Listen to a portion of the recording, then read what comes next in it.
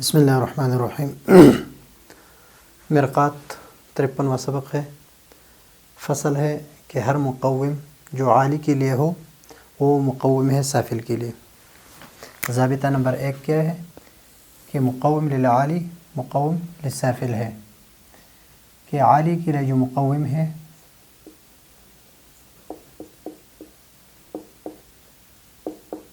وہ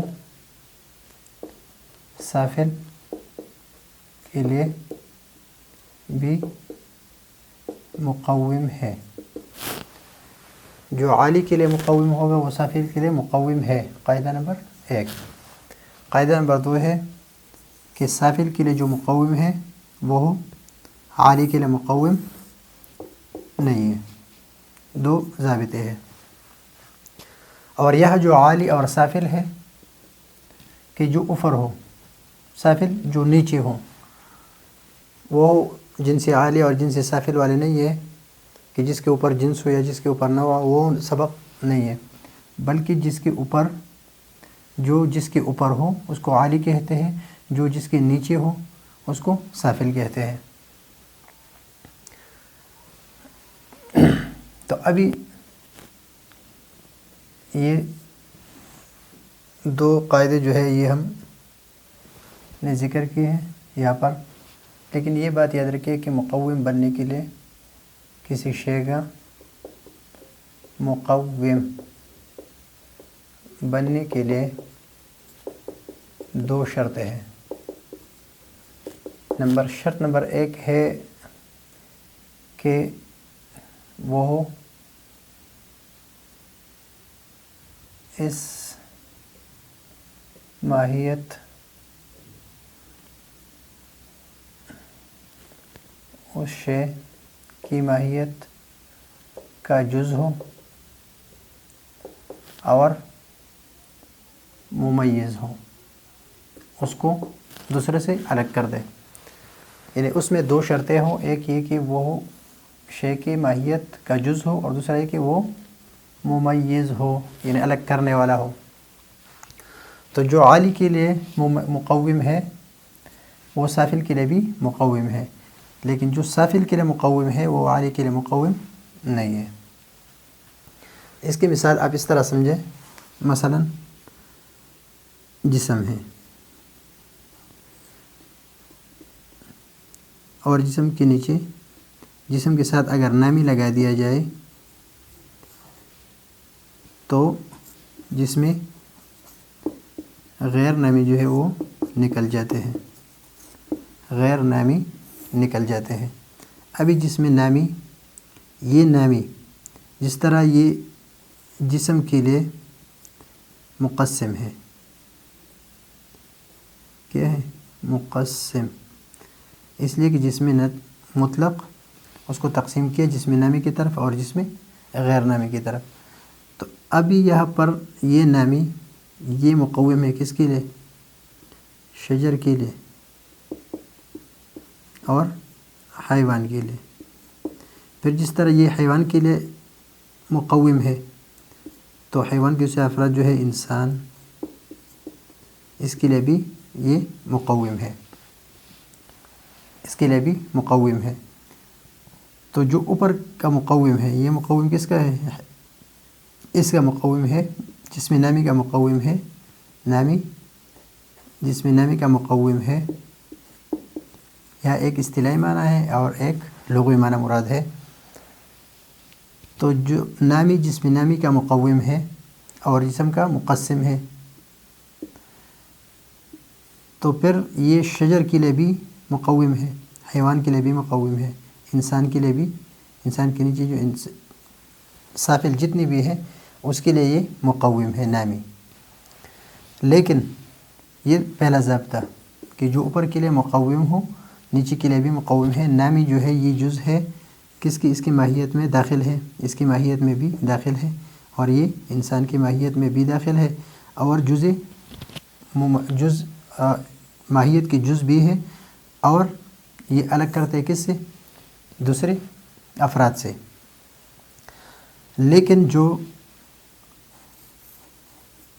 حیوان مثلا اور انسان، تو یہ ناطق، یہ تو مقسم ہے کس کے لیے؟ حیوان کے لیے، لیکن یہ مقوم کس کے لیے؟ حیوان کے لیے، انسان کے لیے مقوم۔ اور پہلے میں نے آپ کو بتا دیا کہ مقوم کی 2 شرطیں ہیں۔ نمبر 1 یہ کہ یہ جز ہو اس حقیقت کی، اور ایک یہ کہ ممیز ہو، اس کو الگ کرنے والا ہو دوسرے افراد سے۔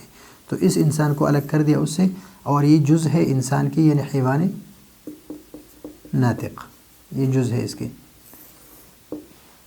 تو جس طرح ناطق جو ہے یہ مقوم ہے انسان کے لیے، انسان کے لیے، یہ حیوان کے لیے مقوم نہیں ہے، بلکہ حیوان کے لیے کیا ہے؟ مقسم ہے، اس لیے کہ حیوان جو ہے انسان سے اوپر ہے۔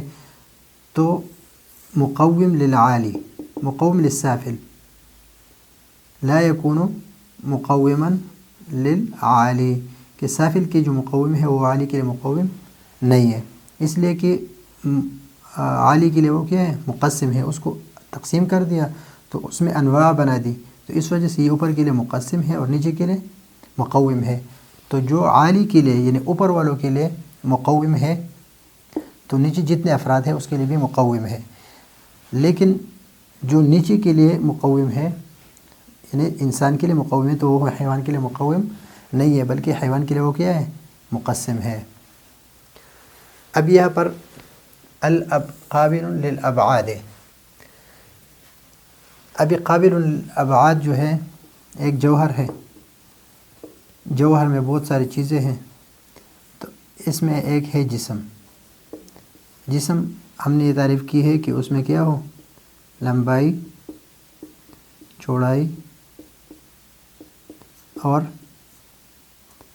عمق ہو، یہ 3 چیزیں ہیں اس میں۔ اور ابعاد، قابل للابعاد کے یہ وہ جسم جو قبول کرتا ہے تینوں بعد کو۔ 3 بعد کون سے ہیں؟ لمبائی، چوڑائی اور عمق کو۔ تو یہ الگ کرتا ہے کس کو؟ یہ جسم کل ابعاد ہے۔ اب یہ مقوم ہے کس کے لیے؟ جسم کے لیے مقوم ہے۔ کل قابل للابعاد، یہ مقوم ہے کس کے لیے؟ جسم کے لیے۔ تو جس طرح جسم کے لیے مقوم ہے، تو اس طرح جسم نامی کے لیے بھی مقوم ہے، اسی طرح حیوان کے لیے بھی مقوم ہے، اور اسی طرح انسان کے لیے بھی مقوم ہے، اس لیے کہ یہ اس کا جز ہے، اس لیے کہ جسم بھی وہ ابعاد